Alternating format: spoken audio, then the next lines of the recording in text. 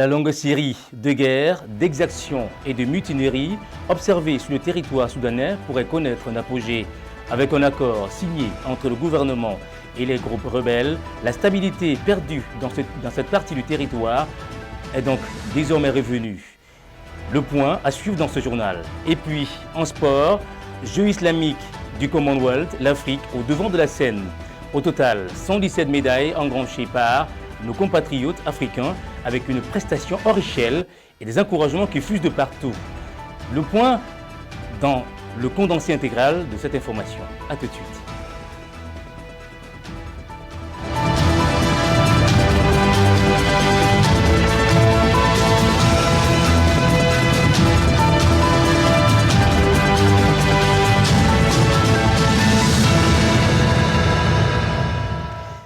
Mesdames, bonsoir, messieurs, bonsoir, bienvenue au journal sur la télévision panafricaine.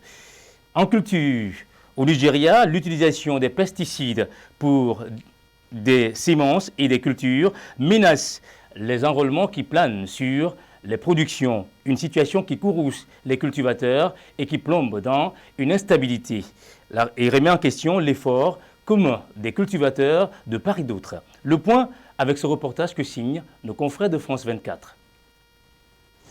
Dans ce marché d'Ibadan, au nord de Lagos, le manioc se vend, s'achète et s'échange tout au long de la journée. Ici, le commerce de ce tubercule poilu va bon train, mais depuis quelques années, les prix ne cessent d'augmenter. Avant, le sol était fertile, la terre était propice à la culture. Quand les fermiers plantaient leur manioc, ils germaient rapidement. Mais aujourd'hui, la qualité du sol s'est dégradée. Le pesticide qu'on utilise pour combattre les bactéries affecte les rendements. Symbole de prospérité, le manioc est un aliment phare en Afrique de l'Ouest, où les plantations s'étendent de la Guinée au Cameroun. Mais sa culture intensive a provoqué une dégradation des sols qui chaque saison perdent en fertilité et en minéraux. Pour pallier ce problème, cette généticienne étudie de près l'ADN du tubercule afin de créer une nouvelle variété de manioc, plus résistante et plus facile à cultiver. Nous essayons d'identifier ces gènes et de les transférer pour améliorer la qualité de la culture ainsi que son rendement. Le but est de garantir la sécurité alimentaire au Nigeria, mais aussi dans le reste de l'Afrique de l'Ouest. La culture du manioc, dont 90% est produit en Afrique de l'Ouest, pourrait permettre à la région de combattre la malnutrition face à l'augmentation globale des prix des denrées. Je vous le disais en titre, au Soudan, un accord de paix entre le gouvernement et les groupes rebelles pourrait apporter une stabilité dans un territoire qui n'a que connu désertion et humiliation. Situation qui pourrait éclairer la lanterne des visiteurs, tout comme des citoyens de ce pays. Un reportage signé de nos confrères de TV5. Pour toute une génération de Soudanais, c'est la fin officielle d'un cauchemar. 17 ans de guerre meurtrière dans l'ouest et le sud du pays. 300 000 morts au moins, 2,5 millions de déplacés au Darfour, 1 million de personnes frappées dans les provinces du Nil bleu et du Kordofan sud. Autant dire que l'accord de paix paraphé le 31 août dernier entre anciens ennemis et signé ce samedi 3 octobre à Juba, la capitale du Soudan du Sud, indépendant depuis 2011, est symbolique. D'un côté, la délégation gouvernementale conduite par le général Abdel Fattah al-Burhan, président du Conseil souverain. De l'autre, le Front révolutionnaire du Soudan regroupant les anciens insurgés, 5 groupes rebelles et 4 mouvements politiques. L'accord lui-même est composé de 8 protocoles. Sécurité, propriété foncière, justice transitionnelle, réparation et compensation, développement du secteur nomade et pastoral, partage des richesses, partage du pouvoir et retour des réfugiés et des déplacés. Le démantèlement des mouvements armés et l'intégration des combattants dans l'armée régulière est également prévu. L'armée doit être réorganisée pour représenter le peuple soudanais dans toutes ses composantes. Reste à réussir le partage du pouvoir qui a fait capoter la paix tant de fois déjà. Qu'adviendra-t-il notamment avec les non-signataires, 2 groupes, c'est l'une des incertitudes majeures.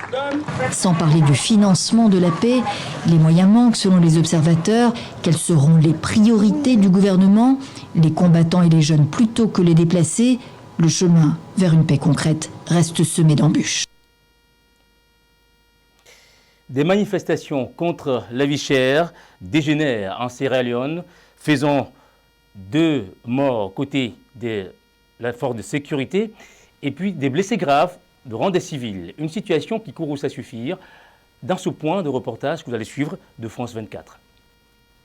Tir de gaz lacrymogène pour tenter de riposter, rejet de pierres et de bâtons des manifestants. À Freetown, la manifestation contre le coût de la vie se voulait pacifique. À l'initiative d'un groupe de femmes, elle a tourné à l'émeute. Nous n'avons pas de liberté d'expression et il n'y a aucun respect pour nous, les femmes, et notre économie est en déclin. Et le coût de la vie est très élevé. À cause de cela, nous souffrons. Des violences qui ont causé la mort de plusieurs personnes, dont au moins 2 policiers. De nombreux manifestants demandent désormais le départ du président Julius Maada Bio. Le gouvernement a lui décidé d'instaurer un couvre-feu de 15h à 7h du matin. Les autorités ont même coupé Internet une partie de l'après-midi. Certains individus sans scrupules se sont lancés dans une manifestation violente et non autorisée qui a entraîné la mort de Sierra Léonais innocents, dont des membres des forces de sécurité. Le gouvernement réaffirme son engagement à maintenir la loi et l'ordre pour protéger les droits fondamentaux du peuple. La Sierra Leone subit de lourdes conséquences économiques de la crise du Covid-19 et surtout ces derniers temps de la guerre en Ukraine, avec une augmentation du coût de la vie de 40% ces derniers mois. Inquiets de la situation, les Nations Unies ont appelé au calme et au dialogue. Qui de Raila Odinga et de William Ruto prendra les commandes de la nation au Kenya pour les prochaines années? Situation plutôt serrée entre ces 2 aspirants à la magistrature suprême. Un sondage affiche un tableau de compte équilibré. Situation plutôt courroucée. Le tout point avec nos confrères de la télévision du Monde TV5. Les rues d'Eldoret vivent au rythme de la campagne présidentielle. Dans cette ville à 300 km au nord-ouest de Nairobi, le duel entre les 2 favoris passionne. Raila Odinga face à William Ruto. Rien n'est joué pour la conquête du pouvoir d'après les derniers sondages. Alors en attendant les résultats des urnes, tout le monde y va de son pronostic. Nous attendons vraiment. Nous attendons beaucoup de la victoire de notre candidat. Personnellement, au cours des 12 dernières années, je n'ai jamais voté. Mais cette fois-ci, je suis allée voter. Parce que je veux que Monsieur le Président, le 5e Ruto, vienne à bord. Vous pouvez voir que la situation sécuritaire générale à Uasin Gishu est assez calme. Il n'y a pas de tension. Certaines personnes ont ouvert leur entreprise, donc tout va bien. Et nous nous attendons au mieux une victoire pour Raila Amolo Odinga. La plupart des magasins étaient fermés ce mercredi. Si les rues sont calmes, certains redoutent de vivre une nouvelle crise post-électorale. Car depuis 2002, au Kenya, tous les scrutins ont été contestés. Au premier tour, il faut plus de 50% des suffrages pour qu'un candidat soit directement élu. Alors les électeurs scrutent les moindres nouvelles. Paul est marchand de journaux à Nairobi. Pas de heurts dans la capitale. Ce commerçant est confiant. Même s'il n'y a pas beaucoup de monde en ville, je vois des signes de paix. Les gens ont voté pacifiquement, sont retournés au travail et je vois le Kenya aller de l'avant. Il y aura la paix. Dépouillement et compilation continuent. La commission électorale indépendante doit déclarer les résultats au plus tard le 16 août. Restons toujours au Kenya pour parler de cette information. Plus de 22 millions d'électeurs ont voté ce mardi pour élire le prochain député et l'élu du peuple. Les locaux, tout comme celui de la présidence, les voix s'élèvent, mais la contestation pourrait être au rendez-vous. Jusqu'ici, situation pas encore en apeser. Le point avec nos confrères de Renews. Le Kenya, puissance économique de l'Afrique de l'Est, élit ses représentants politiques. Plus de 22 millions d'électeurs votent ce mardi pour leurs députés et élus locaux, mais aussi pour leur futur président. La présidentielle se joue entre William Ruto, vice-président sortant, et Raila Odinga, un vétéran de la vie politique kenyane. Toujours en sport, cette fois on est au Maroc. Ça y est, c'est fait. Le sélectionneur marocain de football, Vaïd Halilhodžić, démis de la tête de la sélection marocaine, avec un remerciement des plus à point. Source de tension, le technicien marocain a été donc démis de ses fonctions à l'issue d'un échange par la Commission marocaine de football. Pour cause, des tensions avec certains joueurs, à l'instar d'Hakim Ziyech, sociétaire de Chelsea Football Club en Angleterre, sont autant d'éléments par lesquels le sélectionneur n'a pas trouvé l'accointance. Le point avec Africa News. C'est officiel, la Fédération marocaine de football se sépare à l'amiable de son sélectionneur Vaïd Halilhodžić, en poste depuis 3 ans, à 3 mois de la Coupe du Monde au Qatar, à laquelle les Lions de l'Atlas participeront. La Fédération royale marocaine de football et le technicien franco-bosnien ont convenu de se séparer à l'amiable en raison des divergences de points de vue concernant la préparation appropriée des Lions de l'Atlas pour la phase finale de la Coupe du Monde au Qatar, a indiqué la Fédération dans un communiqué. La FRMF remercie néanmoins le coach pour le travail accompli durant sa mission à la tête de l'équipe nationale, notamment la qualification pour la prochaine Coupe du Monde, poursuit le communiqué qui met fin à des mois de spéculation sur le départ de Vaïd Halilhodžić. Ce n'est pas la première ni la deuxième, mais la 3e fois de sa carrière que le coach Vaïd est remercié après avoir qualifié une équipe au mondial après la Côte d'Ivoire et le Japon. Fraîchement parti du Wydad Casablanca après avoir réalisé une saison remarquable, l'ancien international Walid Regragui serait l'immense favori pour lui succéder.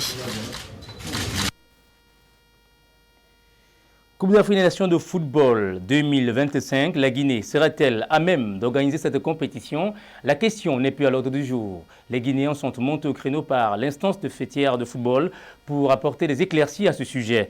Une compétition malgré les réticences des sceptiques qui fusent. Les Guinéens ont donc apporté l'éclaircie à l'instar de la situation et clament la célébration de leur fête footballistique en date convenue. Africa 24 nous fait le point. En Guinée, les préparatifs dans le cadre de l'organisation de la Coupe d'Afrique des Nations 2025 ont débuté. Plusieurs rencontres ont été initiées dans ce sens, notamment celles des partenaires évoluant dans la construction des infrastructures sportives et hospitalières, entrant dans les préparatifs de cet important rendez-vous sportif. Donc, préparez-vous, nous avons presque une 60aine d'entreprises, sociétés que nous avons recrutées. 10 jours avant la date, nous allons envoyer des courriers à toutes ces entreprises qui vont venir prendre connaissance du cahier de charges pour voir si elles sont prêtes. À cette occasion, le ministre des Sports, Sanoussi Bantamasso, a assuré que la Guinée tiendra sa promesse d'organiser la Coupe d'Afrique des Nations 2025. Des équipes ont déjà été déployées sur les différents sites retenus pour la CAN. Effectivement, la Guinée a entamé les préparatifs de l'organisation de la Coupe d'Afrique des Nations 2025. Et donc, il y a eu la mise en place de ce COCAN, les sites ont été identifiés. Ensuite, il y a un travail de chercher des potentiels investisseurs qui peuvent accompagner la Guinée, parce que vous le savez, qui parle de CAN parle forcément d'énormes investissements. Alors la Guinée est fondamentalement en retard sur le plan infrastructurel. Pour un pays qui doit organiser la Coupe d'Afrique des Nations, il vous faut, avec les exigences du cahier de charges, 6 stades pour organiser cette compétition. La Guinée n'en dispose qu'un seul stade homologué aujourd'hui par la CAF et la FIFA. Donc ça prouve qu'il y a vraiment beaucoup de travail à faire. Et les chances de réussite de la Guinée dépendra volontiers de l'engagement du gouvernement. Dans la perspective de l'organisation de la CAN 2025, le ministre des Sports précise que d'autres infrastructures sportives, notamment des palais de sport, des piscines olympiques ou encore des pistes athlétiques, seront construites. Et voilà qui met fin à cette édition complète de l'information sur la télévision panafricaine. De votre attention particulière, merci infiniment. Restez en compagnie de nos programmes qui se poursuivent. Au revoir.